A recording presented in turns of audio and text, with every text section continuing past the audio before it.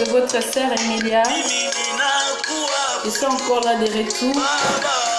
Je sais que vous allez passer une bonne week-end.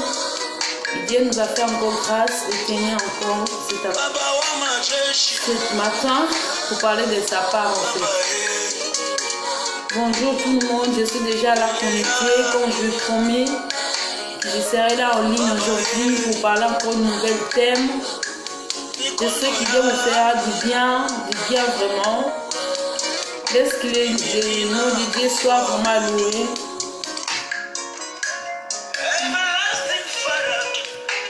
Bonjour tout le monde, bonjour. Beauté. Je sais que Dieu vous fera du bien aujourd'hui.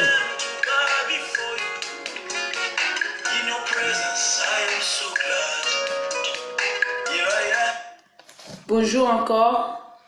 C'est votre sœur Emilia, que vous connaissez déjà, que vous parle tout le temps de la part du Seigneur. Aujourd'hui, Dieu nous a fait encore grâce de tenir encore dans sa présence. Et je suis là pour parler encore de nouvel thème, que ce thème-là sera capital vraiment. En fait, les premières choses que je vais dire, en fait, c'est que aujourd'hui, vous allez m'excuser vraiment, je vais parler en français. Je sais que dans la dernière vidéo, je vais parler en lingala, mais je sais qu'aujourd'hui, je vais parler encore en français. Je sais que ce thème va vous faire encore du bien. J'aimerais bien, avant de commencer toutes les choses, nous puissions fermer nos yeux pour remercier le Seigneur encore pour souffler de vie, pour l'opportunité qu'il nous a donné encore, pour tenir encore cet après-midi. Je vais prier. Seigneur, je te rends encore grâce pour ton amour, Seigneur. Seigneur, c'est toi qui nous donnais la vie, Seigneur. Nous étions dans les sommeils, nous ne savons même pas qu'il nous pourra réveiller, Seigneur. Mais pour ton amour, tu nous as fait rêver pour tenir encore le matin. Ce n'est pas parce que tu savais que nous allions prêcher aujourd'hui, mais c'est ton amour qui nous a fait réveiller. Sois loué, sois exalté encore. Merci pour la vie, merci pour tout que tu fais dans nos vies, Seigneur.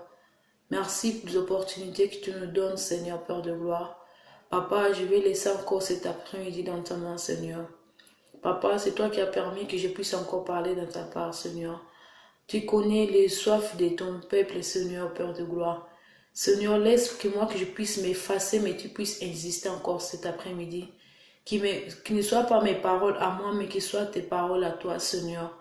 Laisse que ces paroles, Seigneur, Père de gloire, qui puissent toucher encore, puissent changer la vie de quelqu'un, qui puissent encore donner la solution à quelqu'un qui était, papa, malade, qui ont été, papa, d'exposer des questions, ils ne savaient même pas les choses à faire. Mais Seigneur, laisse que cette parole puisse consoler encore la vie de quelqu'un. Au nom puissant de Christ Nazareth, nous disons Amen. Amen, Amen. Shalom tout le monde. Amen. Aujourd'hui, nous allons parler d'un thème que moi-même déjà avant de parler de ça me touchait moi-même aussi. Ça m'interpellait encore parce que c'est un thème vraiment qui, à chaque fois, avant que je puisse rester devant là pour vous parler de la part du Seigneur, quand Dieu me donne vraiment les paroles, les messages pour parler à ce peuple, déjà ça me touche moi-même aussi. Ça me touche moi-même. Et quand ça me touche, je sens une assurance à moi. Je sens quand ça me touche moi aussi, je sais que si moi-même déjà ça me touche, je pense aussi que ça va aussi toucher encore les gens qui vont écouter cette parole. Aujourd'hui, nous allons venir avec une nouvelle thème. Nous sommes là, les temps sont déjà mauvais, beaucoup de choses qui étaient écrites dans l'Apocalypse sont en train de s'accomplir. En ce temps-là, nous ne sommes pas là pour prêcher, que Dieu va me donner, que Dieu va me faire ça, Dieu va te bénir, des choses comme ça, non. Nous sommes en temps qu'il faut qu'on prêche la vérité, que cette vérité puisse encore ouvrir les yeux de quelqu'un, parce que nous connaissons très bien déjà que Jésus est en train de venir en fait. On ne peut pas prêcher la bénédiction au moment que Jésus est en train de venir déjà. Il faut qu'on prêche les gens la vérité, que les gens puissent se repentir, les gens puissent donner leur vie à Jésus, que les gens puissent vraiment se donner encore à servir Jésus. Je sais que Dieu va nous faire du bien aujourd'hui vraiment. Nous avons fini avec une nouvelle thème. Ne cachez pas de talent. Nous avons beaucoup de talents. Chaque personne dans ce monde, il y a un talent qui a mis en elle en fait. Je veux dire que soyez vraiment attentifs parce qu'il y a des choses qui Dieu a mis aujourd'hui que je pousse vraiment à vous parler. Nous allons lire les livres de Matthieu. Nous allons lire les livres de Matthieu. Nous allons lire les livres de Matthieu 25 et chapitre 25, versets 14 à 27. Tout le monde connaît ces passages.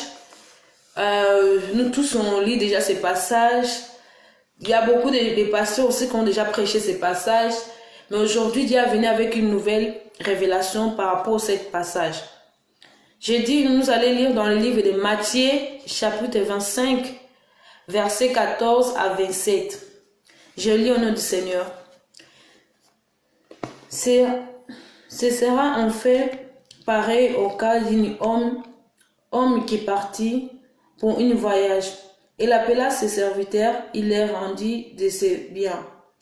Il donna 5 sacs d'argent, une d'eux à l'autre, et au troisième à chaque selon la capacité, puis partit sitôt. Celui qui avait reçu les 5 sacs d'argent s'est allé travailler avec eux et gagna 5 autres sacs d'argent. De même, celui qui avait reçu 2 sacs d'argent et gagné d'autres. Celui qui n'avait reçu qu'un creusait un trou dans la terre et cacha de l'argent de son maître. Longtemps après, le maître de ses serviteurs revient et leur fit rendu des comptes. Celui qui avait reçu les 5 des sacs d'argent s'approcha et apporta 5 et dit, Seigneur, tu m'as remis 5 sacs d'argent, voici les 5 autres que j'ai gagnés. Et son maître lui dit, c'est bien bon fidèle serviteur. Et tu as été fidèle en peu de choses, je te confierai beaucoup. Viens de partager la joie de ton maître. Celui qui avait reçu 2 sacs d'argent, il s'approcha aussi, dit, Seigneur, tu m'as remis 2 sacs d'argent et voici 2 autres que j'ai gagnés. Son maître lui dit, c'est bien bon fidèle serviteur, tu as été fidèle en peu de choses, je te confierai beaucoup. Je te confierai beaucoup de choses. Et je te confierai beaucoup de choses. Viens partager ta joie. Je viens partager ta joie de ton maître. Celui qui avait reçu qu'un sac d'argent s'approcha ensuite. Il dit, Seigneur, je savais que tu es un homme dur, tu ne moissonneras où tu n'as pas semé, et tu ne récoltas où tu n'as pas planté. J'ai eu peur, je suis allé cacher ton sac d'argent dans la terre, et voici, prends ce qui est à toi. Son maître lui répondit, serviteur mauvais, paresseux, tu savais que j'ai moissonné où je n'ai pas me semé et que j'ai récolté où je n'ai pas planté. Il fallait donc remettre mon argent au banquier. Au retour, j'aurais retiré ce qui est à moi avec un intérêt. Parole du Seigneur. Amen, amen, amen. C'est cette histoire-là que nous venons de lire en fait. C'est une histoire, c'était une parabole que Jésus est en train de raconter à ses disciples en fait. C'est une parabole que Jésus est en train de raconter à ses disciples. Cette parabole nous parle d'un maître, quelqu'un est en train de partir au voyage. Et ce maître-là, il avait trois serviteurs. Il y avait 3 serviteurs qui ont travaillé, je ne sais pas quelle entreprise que ce maître avait, mais la Bible nous montre jusqu'à que ces serviteurs avaient ses biens. Il est en train aussi de partir au voyage. Et quand il est en train de partir au voyage, il a appelé ses 3 serviteurs. Il a dit, il est en train de partir au voyage. Et quand il est en train de partir au voyage, il a appelé ses 3 serviteurs. Il a donné les premiers serviteurs 5, comment je vais dire ça? Parce que dans ma Bible, il dit qu'ils ont donné 5 sacs d'argent. Mais je ne sais pas dans l'autre version. Mais dans ma Bible, il montre que le maître il a donné 5 sacs d'argent au premier serviteur. Au deuxième serviteur, il a donné 2 sacs d'argent. Et le troisième, il a donné un sac d'argent. Un sac d'argent, en fait. Après, les maîtres, il est parti au voyage. Le premier qui a reçu 5, il a travaillé encore ces 5, il a travaillé encore ces 5 sacs-là de l'argent. Après le deuxième, il a travaillé, il avait des sacs d'argent. Il a travaillé encore pour avoir encore, il a gagné, je peux dire que les premières, quand il avait 5, il a travaillé encore, il a obtenu 10. Parce qu'il avait déjà 5 que son maître l'a donné. Il y avait encore 5 qui lui a travaillé en fait, qu'il a gagné en plus. Après le deuxième, il y avait 2 sacs d'argent. Lui, il a travaillé encore ces 2 sacs-là. Il a obtenu 4. 2 qui son maître l'a donné et 2 qu'il a gagné. Et la Bible nous dit le troisième, il avait peur. Parce qu'il savait que son maître, il était un homme qui était très dur en fait. Il était vraiment très dur. Et quand il était très dur, il savait très bien que son maître, il ne moissonne pas dans la semence qu'il n'a pas semé. Et il ne récolte pas dans l'endroit qu'il n'a pas planté.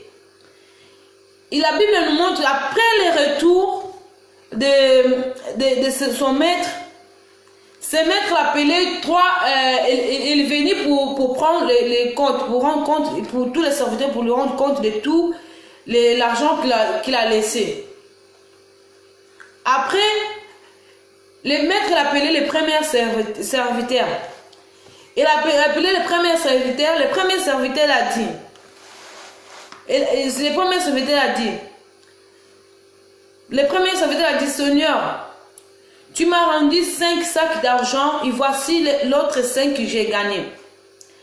La Bible dit que le maître était content et le maître l'a dit, fidèle serviteur, tu étais fidèle en peu de choses, je vais te confier encore de grandes choses. Et le deuxième aussi, il a dit, mon Seigneur, tu m'as rendu 2 sacs. 2 sacs et j'ai gagné encore 2 sacs.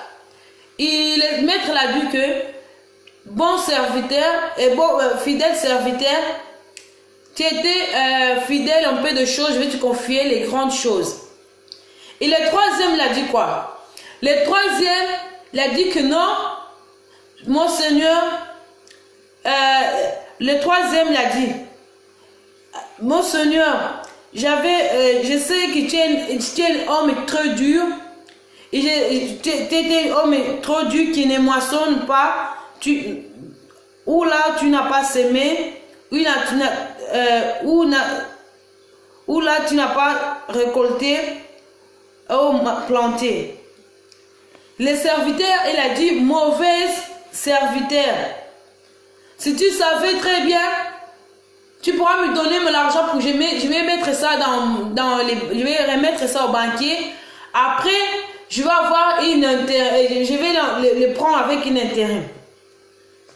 Ça, c'était une parabole de Jésus parce que si on voit vraiment l'histoire de la vie de Jésus ici, quand il est venu dans le monde, il parlait plus en parabole en fait. Parce qu'il parlait plus en parabole, il prenait toujours des exemples des choses pour parler, pour faire comprendre ses disciples, ou pour faire comprendre les gens. Après, la Bible dit que ces 3 serviteurs-là, ils ont pris de l'argent, mais il y avait 2 qui ont travaillé. Et les 3e avaient peur parce qu'ils savaient que non, son maître était une personne dure, qu'il ne mentionnera pas dans l'endroit qu'il n'a pas sémé, qu'il ne récolta pas dans l'endroit qu'il n'a pas planté. Et ils pensaient tout ça. Mais bien aimé, aujourd'hui je vais parler d'une chose. Beaucoup de gens, il faut savoir quelque chose. Nous tous, nous sommes dans le monde, nous avons une mission à accomplir. Si Dieu nous envoyait dans ce monde, non pour regarder le monde est belle, pour regarder les arbres, pour regarder les animaux, non. Dieu nous a envoyé avec une mission. Lui nous a confié des choses à faire. Parce que si nous regardons bien dans l'histoire, les maîtres, il a donné l'argent à ces personnes selon leur capacité. Parce que s'il sait très bien que ces serviteurs-là, avec 5 sacs de l'argent, il est capable de travailler pour avoir les 5e sac. Mais Dieu sait très bien que Dieu sait très bien, je vais envoyer quelqu'un dans ce monde, mais je ne vais pas lui donner les talents qu'il ne pourra pas arriver qu'il pourra pas arriver de les travailler ou de les mettre en pratique. Je vais lui donner les talents selon sa capacité. Dieu nous a donné les talents selon notre capacité. Dieu ne peut pas nous donner les talents qui dépassent notre capacité. Non. Regarde la bonté de Dieu. Dieu nous donne des talents. Dieu nous a donné des talents. Tout le monde qui est ici dans ce monde, il y a une mission à accomplir. Le problème, c'est quoi? Souvent, on n'arrive pas à savoir quelle est notre mission. Parce que beaucoup de monde sont en train de se mettre dans la confusion. Okay.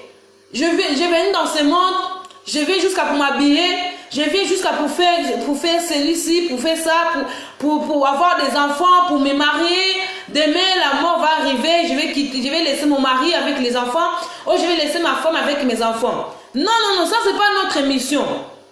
Notre mission, ce n'est pas ça en fait. Dieu ne peut pas te faire pour venir dans ce monde, ou t'envoyer dans ce monde, sans rien à faire, non. Sans rien à faire, non. Dieu nous voit dans ce monde parce qu'elle sait très bien, nous avons encore une mission à accomplir. Bien aimé, je vais dire quoi?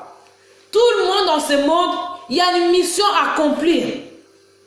Il faut qu'on puisse savoir ça, que nous avons une mission à accomplir. Notre mission, ce n'est pas d'avoir des enfants. Notre mission, ce n'est pas de se marier. Notre mission, ce n'est pas de s'habiller bien. Notre mission, ce n'est pas d'acheter des brésiliennes. Notre mission, ce n'est pas d'acheter des baskets. Notre mission, ce n'est pas d'acheter des talons plus chers. Notre mission, ce n'est pas d'aller dans les fêtes plus luxe du monde. Non. Notre mission est d'accomplir la parole de Dieu et de prêcher tout le monde, d'évangéliser, de faire tout le monde des disciples de Jésus. Si nous regardons bien dans la vie de Jésus dans ce monde, même l'enfant de Dieu, le Jésus-Christ de Nazareth, elle savait très bien qu'elle a une mission à faire ici dans ce monde.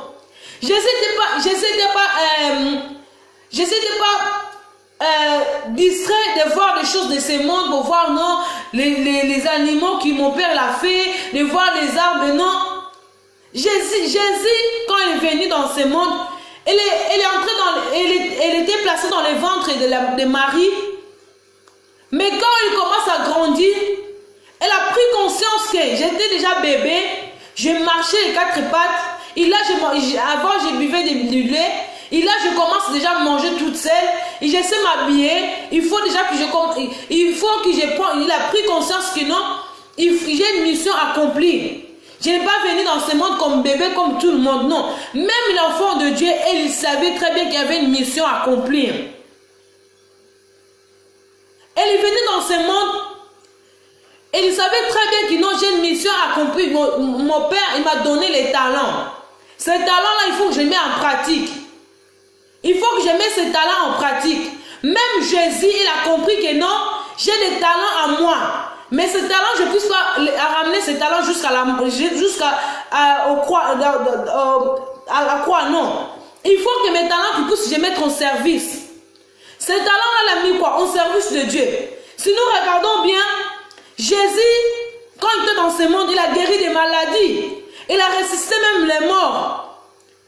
Il a ressuscité Lazare. Il savait que non, j'ai des talents en moi. Dieu m'a donné les talents de ressusciter. Mon père m'a donné les talents de ressusciter. Mon père m'a donné les talents de guérir des maladies. Même le Fils de Dieu, il a compris très bien que non, j'ai des choses à faire, j'ai une mission à accomplir dans ce monde. Mon temps, ce n'est pas pour regarder les disciples. Mon temps, ce n'est pas pour faire des apôtres, non. Mon temps, ce n'est pas pour aller dans les fêtes qui étaient toujours au Canaan, non. Mon temps, ce n'est pas que tout le monde puisse me glorifier, non. Mon temps, Dieu même, Dieu, et Jésus même, il savait que non, j'ai une petite temps ici dans ce monde. Il faut que je puisse accomplir toutes les choses. C'est ça que nous regardons bien dans la croix. Jésus a dit, tout est accompli. Aujourd'hui, les gens pensent que tout est accompli, c'est-à-dire que non, tout est accompli, Jésus a fait déjà tout pour moi, et moi je vais croiser les bras, je vais jusqu'à rester comme ça parce que Jésus a fait tout. Jésus, il a dit, tout est accompli selon les missions il est venu ici dans ce monde. Tout est accompli parce qu'il a compris que non, j'avais une mission accomplie. Quand il a rendu compte que j'ai compris toute ma mission, c'est ça que Jésus à la croix, il a dit, tout est accompli. C'est-à-dire que j'ai accompli les missions de mon Père. J'ai accompli ma mission à moi. Ce n'était parce que Jésus a dit tout est accompli, parce qu'aujourd'hui, beaucoup de gens on se confondent parce qu'on dit tout est accompli, Jésus a porté mes maladies à la croix. Bien sûr, Jésus a porté toute maladie, tous nos péchés. Mais ce n'est pas parce que Jésus il a compris toute maladie, Jésus a compris toute maladie, il a compris tout pour nous, il a porté toute notre maladie à la croix, notre souffrance, c'est ça nous allons croiser nos mains. Non, ce n'est pas ça.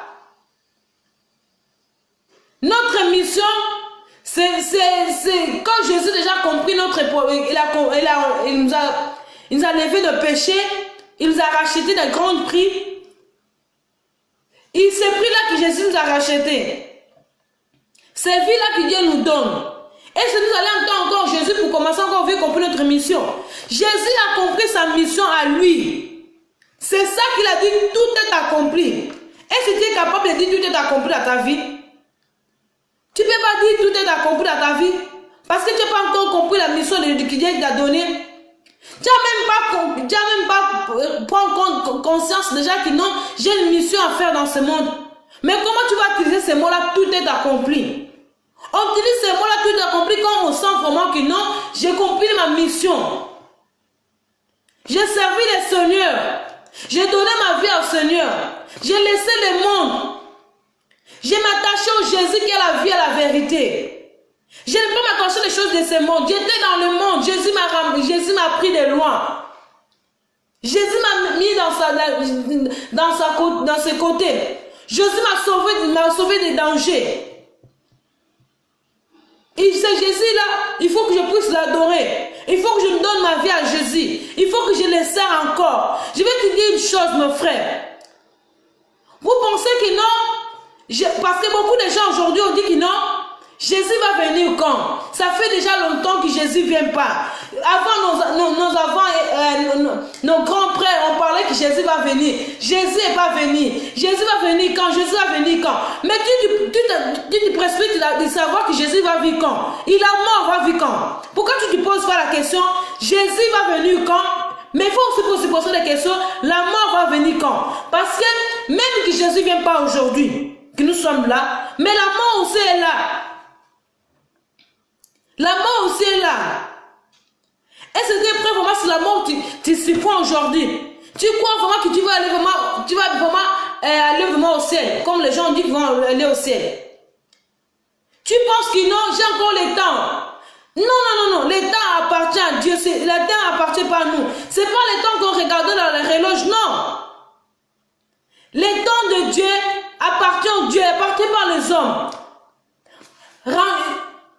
Range de marche. Donne ta vie à Jésus. Nous avons des talents. Il y a beaucoup de gens qui ont des talents de Dieu. Manque de ne pas savoir comment l'utiliser. Ils ont tout fait, ils ont caché les talents de Dieu. Il y a beaucoup de gens qui sont aujourd'hui, il y a des talents de prophétie. Tellement que les problèmes, les circonstances de ce monde, les entourages qu'il a rencontrés ici à l'Europe, qu'il a rencontrés partout en Afrique, il a enlevé l'amour de servir le Seigneur. Il a enlevé l'amour d'aller à l'église. Tu as les talents de Dieu. Tu préfères aller utiliser ce talent d'aller dans les boîtes de nuit. Tu as les talents de Dieu, tu as l'esprit de Dieu. Tu acceptes d'aller s'asseoir dans les endroits qui ne donnent pas gloire à Dieu. Est-ce que Dieu nous a donné les talents d'aller aux boîtes de nuit? Est-ce que Dieu nous a donné les talents pour les cacher? Nous tous ici dans ce monde, nous avons une compte à rendre au Dieu les derniers jours. Fais tout que tu veux pour faire. Mais chasse une chose que nous tous, soit les chrétiens, soit les païens, soit les gens qui croient pas en Dieu, soit les blancs, les noirs, les chinois, tous. Nous avons une compte à rendre au Dieu. Personne ne va dire non, Dieu, je ne connais pas. Non, non, non, non, non. Aujourd'hui, la parole de Dieu est prêchée partout. Dans le Facebook, dans le WhatsApp, partout la parole de Dieu est prêchée. Même dans le livre, on est en train de l'écrire. Comment tu vas expliquer comment Dieu qui non, jamais j'ai écouté ta parole? Non, non, non. Nous sommes pas dans le temps de Moïse. Nous sommes pas dans le temps d'Abraham qui n'avait pas l'internet. Aujourd'hui, la parole de Dieu est prêchée partout. Nous trouvons ça, beaucoup de prédications dans YouTube, partout. Il y a beaucoup d'églises qui sont partout. Aujourd'hui, l'église est partout. Tu vas dire non. Tu vas dire à Dieu le dernier jour, non, Dieu, moi jamais j'ai écouté ta parole, j'ai jamais écouté parler de toi. C'est un mensonge.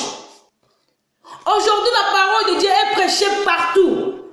Personne ne pourra dire à Dieu que jamais j'ai écouté ta parole. Il sera un menteur en fait. La parole de Dieu aujourd'hui est prêchée partout. Tu attends quoi, mon frère? Tu attends quoi donner ta vie à Dieu? Tu as les dons qu'il a mis à toi. Tu as des talents vraiment. Tu as les belles voix pour chanter pour l'Éternel. Mais tu prends ces voix pour chanter les musiques de ce monde. Tu prends ces voix pour aller chanter n'importe quoi. Tu as une belle voix. Tu attends quoi encore? Que Jésus vienne encore te parler. Jésus ne peut pas te parler, maman qui tient encore dans l'administration. Jésus ne peut pas te parler, maman qui tient toujours dans les concentrations des choses de ce monde. Tente-toi quoi? Tu es venu dans l'Europe, tu es chanté en Afrique. Tu es arrivé ici, tu as abandonné. Tu as abandonné pourquoi? Des choses de ce monde t'ont supplient. Retourne au Jésus. Retourne encore à Dieu. Le premier amour, il est où?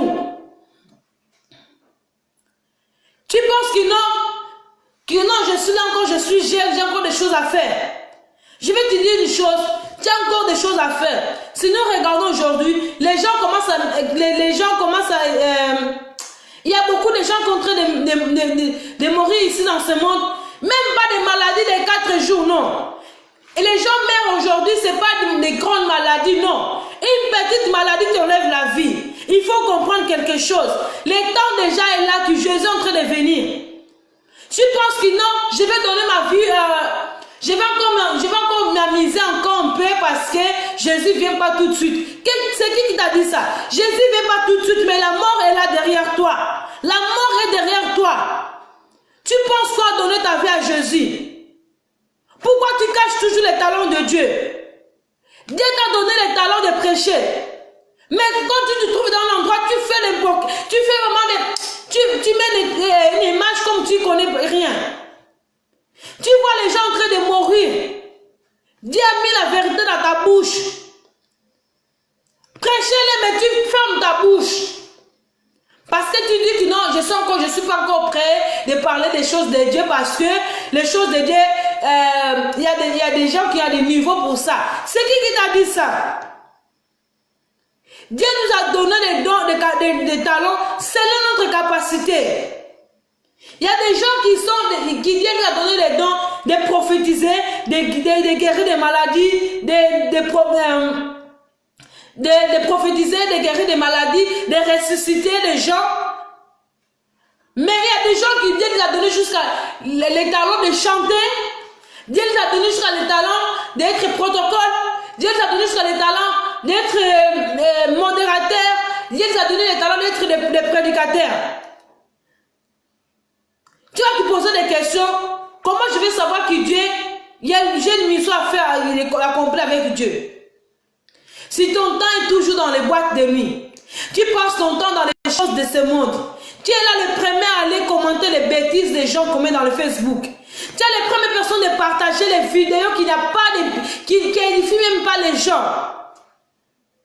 Tu es les premières à aller regarder les choses qui ne donnent même pas gloire à Dieu.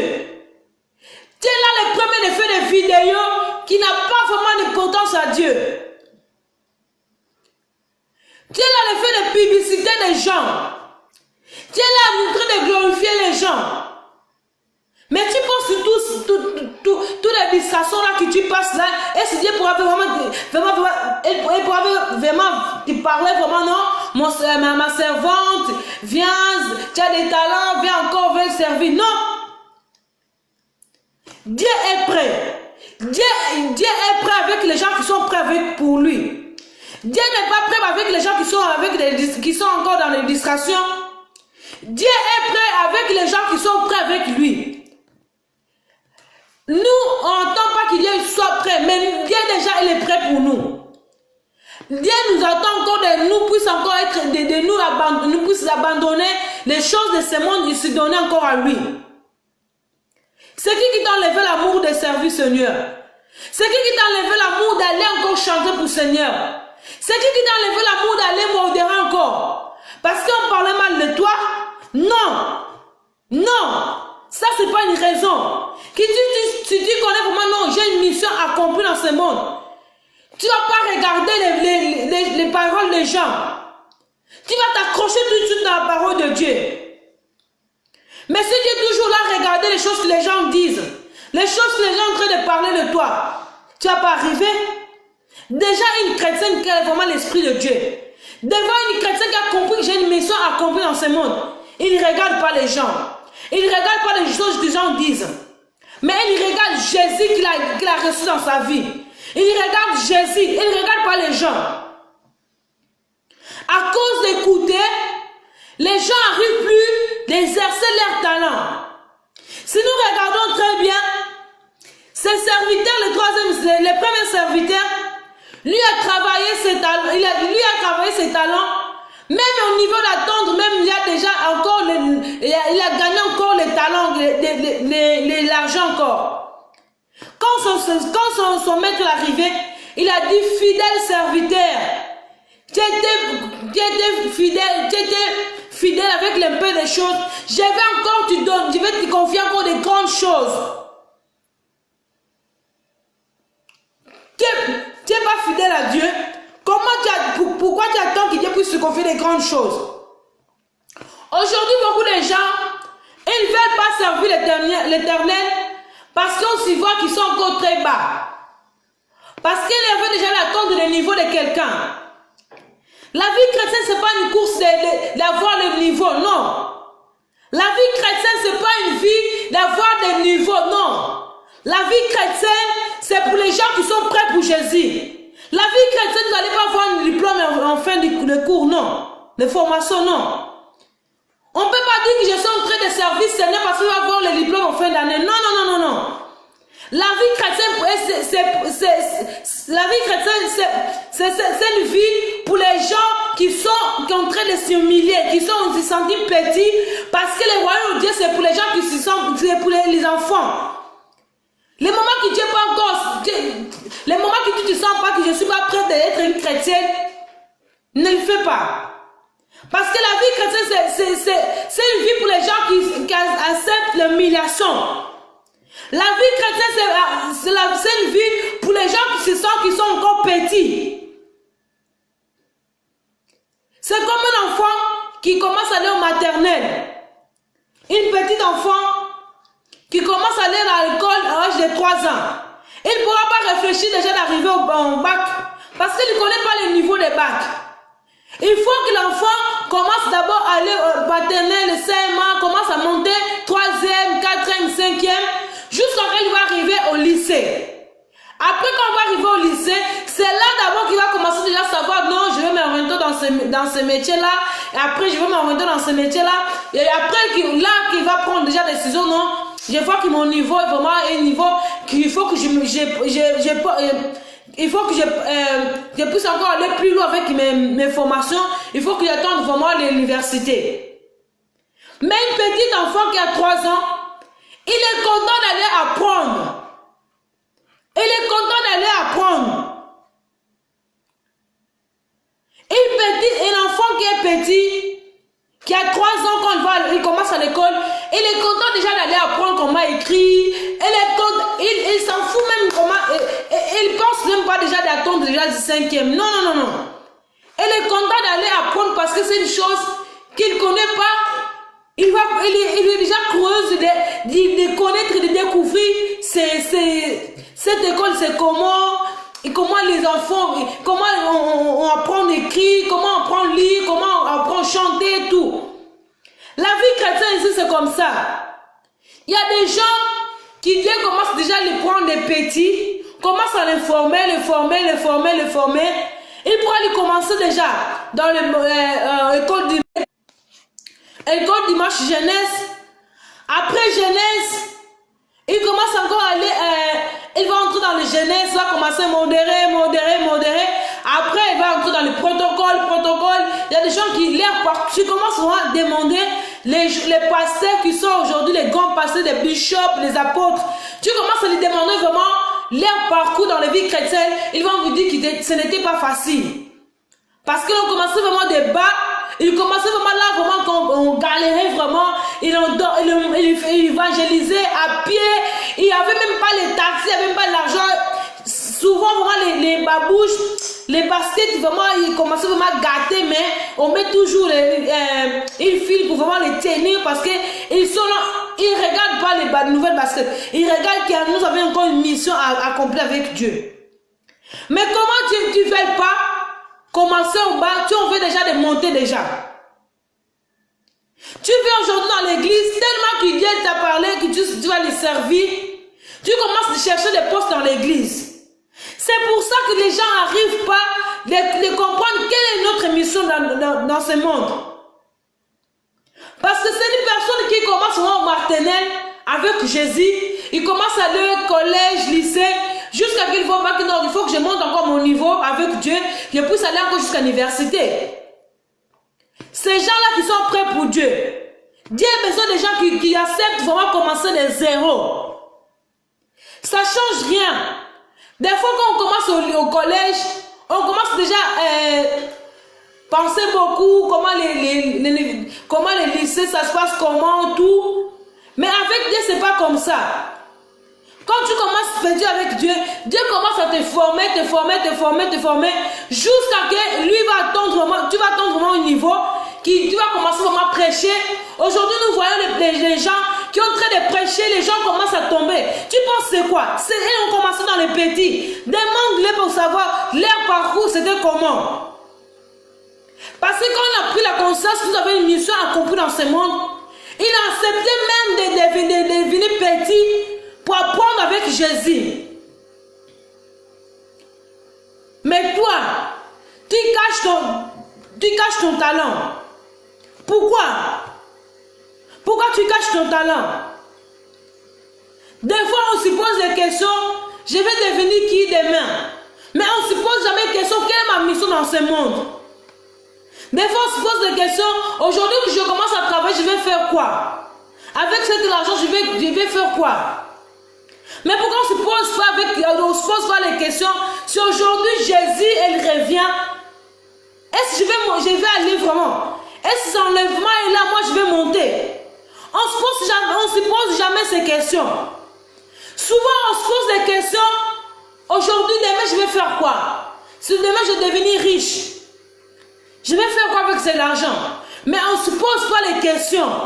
Aujourd'hui, si Jésus il revient, moi, je vais aller où? Est-ce que je vais monter avec Jésus? Est-ce que je vais aller au paradis? Il y a même des chrétiens, quand on lui pose des questions, est-ce que tu crois vraiment qu'aujourd'hui Jésus il revient vraiment?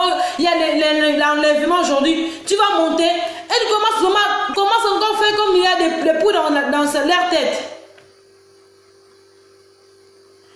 Et il commence vraiment à se poser des questions. Ah, est-ce que vraiment je vais aller vraiment? Je ne crois pas parce que...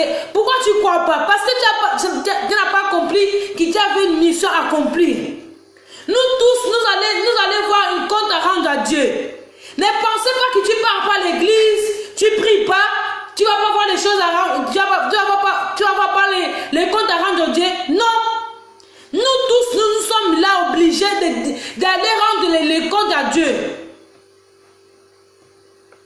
Aujourd'hui, je commence à regretter beaucoup. Il y a beaucoup de jeunes qui sont en train de mourir dans petit âge. Tu vois des jeunes qui sont en train de mourir avec les 22 ans, 23 ans, 24 ans, 16 ans, 18 ans. Si tu vois les gens là, ils sont morts dans le monde. Ils donnaient leur vie au monde. Ils observaient le monde. Même qu'il arrivait jusqu'au point de mourir vraiment, sans même comprendre qu'il y avait une mission accomplie dans ce monde. Tu penses ce genre de gens vraiment? Tu penses que Dieu vraiment, Dieu n'est pas content qu'on voit les jeunes mères.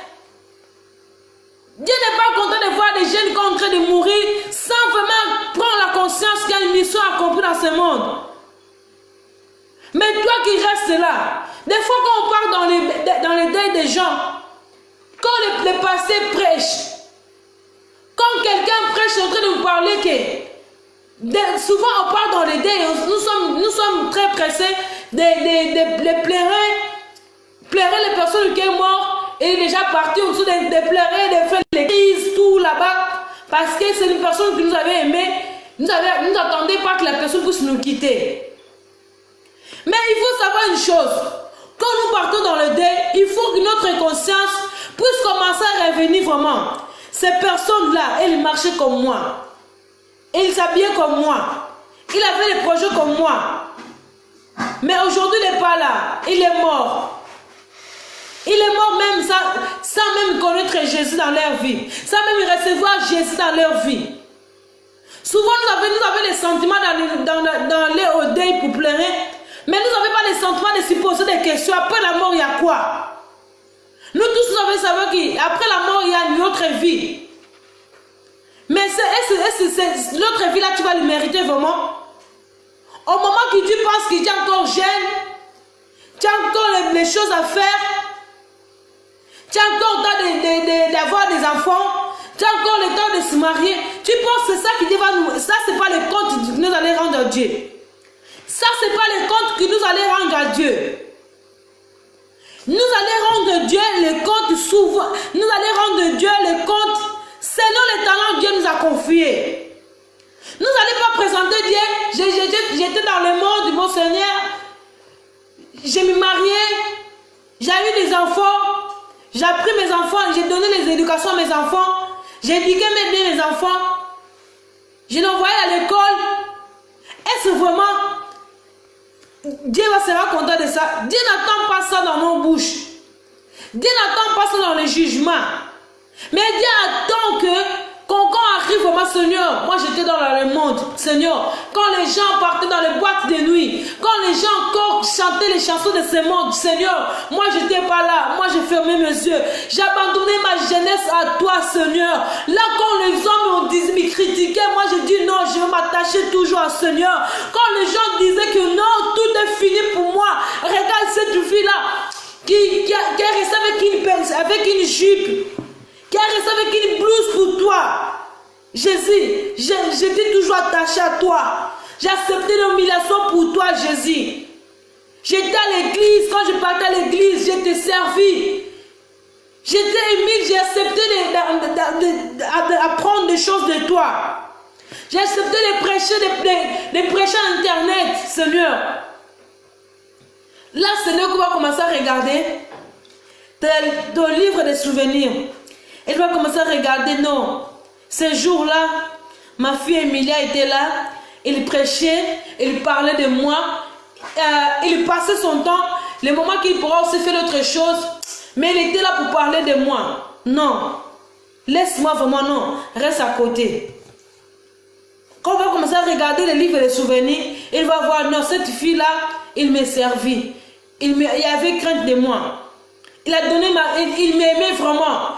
Il n'a pas caché son amour. Il a ramené son amour jusqu'à le moment, le temps vraiment de parler de moi jusqu'à l'éternel. Il n'y avait même pas les honte que les gens vont critiquer l'air français. Les gens vont dire qu'il ne parle pas bien français. Non, il n'a même pas accepté tout ça. Il n'a pas regardé ça. Il a regardé, non, j'ai une mission accomplie. Dieu nous attend ces réponses-là, les jours de jugement. Dieu nous attend pas pour aller lui présenter nos enfants. Dieu nous attend pour aller lui présenter nos diplômes. Dieu nous attend pour lui présenter notre intelligence. Déjà, l'intelligence vient de Dieu. Dieu nous attend pas aller lui présenter nos baskets d'Adidas. Dieu nous attend pas aller lui présenter nos baskets de Louis Vuitton. Non. Dieu nous attend d'aller lui présenter notre talent, les talents qu'il nous a donnés, quelles sont les choses que nous avons utilisées avec ces talents. Comment nous avons utilisé ces talents? Dieu ne nous attend pas à aller lui présenter nos Brésiliennes. Dieu, quand j'étais dans le monde, regarde mes Brésiliens, j'ai acheté beaucoup de Brésiliens, j'ai mis les bouclés, j'ai mis lissés, j'ai mis ondulés, j'ai mis tous les sortes, j'ai mis coupe, j'ai coupé les cheveux, tout, non. Dieu ne nous attend pas ça. Dieu nous attend que le jour vraiment que nous allons arriver devant lui, qu'on puisse souvent lui présenter une bonne chose. Mes frères et sœurs, je vous supplie cet après-midi que cette parole qui est sortie, non, ce n'était pas ma parole à moi. C'était une parole que Dieu a mis dans mon cœur depuis hier soir. Quand je lisais ce verset, Dieu commence à me parler qu'il y a des gens qui cachent leur talent. Si Dieu est en train encore de nous parler, de nous interpeller que nous avons des talents, parce que Dieu sait que nous tous, nous sommes ici dans ce monde, nous avons un talent en nous. Mais les choses que nous n'avons pas besoin de découvrir, nous n'avons pas besoin de produire ces talents. Nous n'avons pas besoin de travailler ces talents. Mais nous sommes là en train de l'entouffer. Parce que ce serviteur-là, le troisième serviteur, qui a reçu un sac d'argent, lui avait peur parce que il savait que son maître, il ne moissonnera jamais dans l'endroit qu'il n'a pas semé. Il a même fait une troupe pour cacher ces talents-là. Il y a beaucoup de gens qui ont même caché les talents de Dieu. C'est aujourd'hui, vous voyez des chrétiens qui arrivent dans un endroit qui a beaucoup de gens qui croient pas en Dieu. Comment ça fait les semblants qu'ils ne connaissent pas Dieu? Comment ça fait les semblants quand ils ne connaissent pas Dieu? Comment ça fait vraiment les semblants, non? Qui moi je ne connais pas Dieu. Il faut savoir que la vie chrétienne c'est une vie vraiment qui est difficile, mais si tu arrives à vous laisser, il ne faut pas aller. Hein? Il ne faut pas mettre les mains dans le feu. Hein? Mais tu connais Dieu, mais quand tu arrives dans l'endroit que les gens ne connaissent pas Dieu, tu fermes ta bouche, tu caches les talents de Dieu. Qui Dieu t'a donné, tu les caches même. Tu fais même les semblants comme tu ne connais rien. Mais même dans cet endroit, tu vois les gens en train de mourir, les gens en train de faire n'importe quoi. Les gens en train de faire l'impudicité, les gens en train d'avorter. Il y a même des chrétiens qui conseillent même leurs copines. Va avorter. Avorter, c'est normal. Tu peux avorter, il n'y a pas de souci. Mais tu sais, c'est ça, c'est le péché. Mais tu es en train de conduire la personne au péché encore. Comment expliquer? Est-ce que Dieu nous a donné les talents d'encourager les gens à aller avorter? Est-ce que Dieu nous a donné les talents d'aller dire, conseiller les gens de sortir avec les maris d'autrui? Est-ce que Dieu nous a donné les talents vraiment de s'habiller mal? Est-ce que Dieu nous a donné les talents vraiment d'aller aux boîtes de nuit? Est-ce que nos talents vraiment, c'est de pratiquer vraiment l'infidélité? Non. Je ne crois pas que Dieu nous a donné ces talents. Je ne crois pas que Dieu nous a donné ces talents. Si Dieu vraiment nous a donné ces talents-là, il ne pourra pas demander que nous tous, nous puissions faire les gens leurs disciples. N'est-ce pas comme cet serviteur-là, le troisième serviteur, qui avait peur que son maître, il ne moissonnait jamais dans l'endroit qu'il n'a pas semé. N'est-ce pas comme ce troisième? Pourquoi pas les deux? Il n'a pas réfléchi des fois. Ils ont travaillé ces talents-là. Parce qu'il savait qu'il a compris leur mission. Que je travaille encore ces talents-là, ça me pousse aussi encore de gagner encore la confiance de mon maître.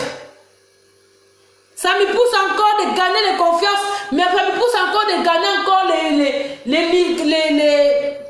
les niveaux dans mon autre entreprise.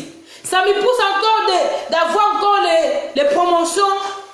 Mais l'autre là n'a pas réfléchi des fois. Elle a pris les talents, elle a caché. Elle a dit, je m'en fous, je ne vais pas les faire parce que si je travaille, que ça donne pas, ça produit rien. Je vais avoir les problèmes, je vais les cacher. Comme ça, que si le patron vient, je vais l'expliquer. Et quand je vais l'expliquer, je pense que mon patron sera content parce que je n'ai pas pris les risques. C'est qui a dit ça? Il y a beaucoup de gens qui cachent les talents de Dieu parce qu'ils peur, parce que Dieu a donné les voix. Des fois, je me pose des questions. Il y a des gens qui savent même bien parler. Il y a des gens qui savent même bien parler.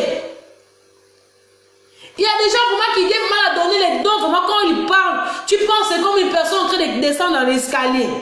Quand ils parlent, tu sens vraiment une parole vraiment douce. Dieu nous a donné une douceur de parler que nous-mêmes, nous n'avons pas cette douceur-là.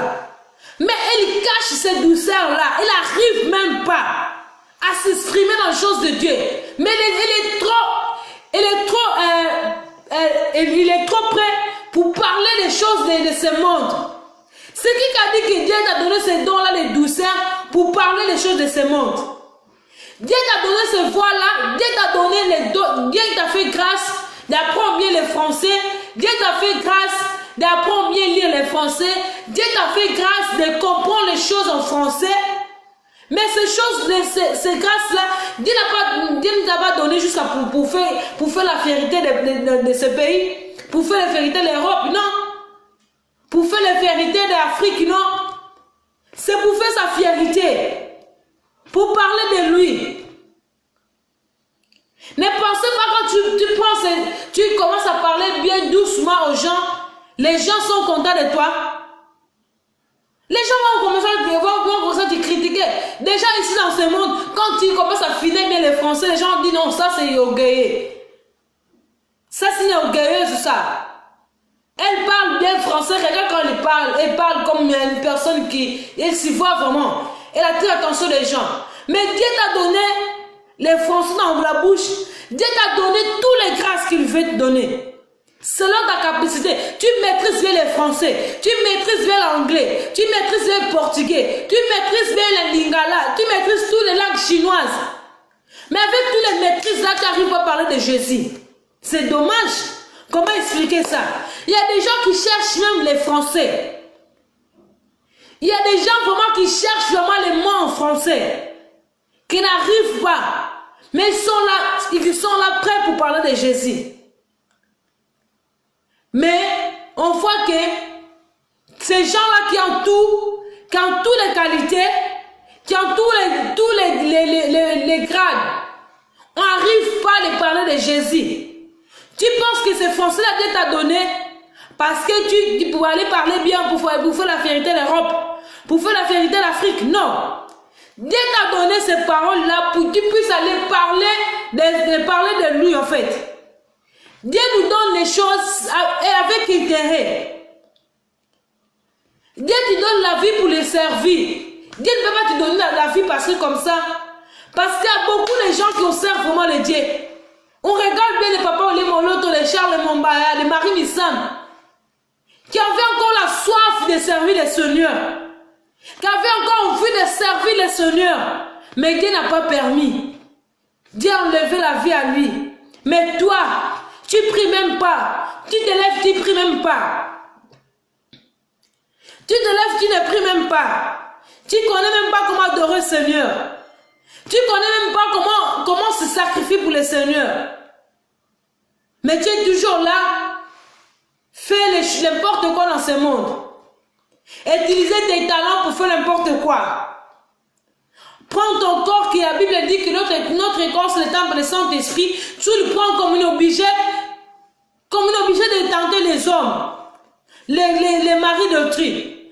Tu prends ton corps pour montrer que les gens qui étaient plus sexy que les gens. C'est qui t'a dit ça? Jésus qui était plus sexy que nous, mais il a caché son corps. Jésus, elle est venue dans ce monde. Est-ce que déjà on se pose des questions? C'est qui étaient les tailleurs de Jésus? C'est qui a coupé les vêtements de Jésus? Mais tu penses que Jésus n'avait pas les pieds? Tu penses que Jésus n'avait pas les belles cuisses? Il avait ses belles cuisses. Pourquoi Jésus, lui n'a pas laissé son corps comme ça, je peux dire, fait son corps comme un échantillon pour les gens. Jésus, lui-même, il a compris que non, mon corps c'est le temple de Saint-Esprit. Il a fait quoi? Il a caché.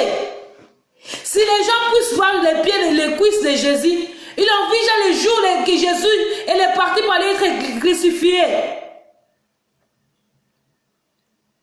Les jours que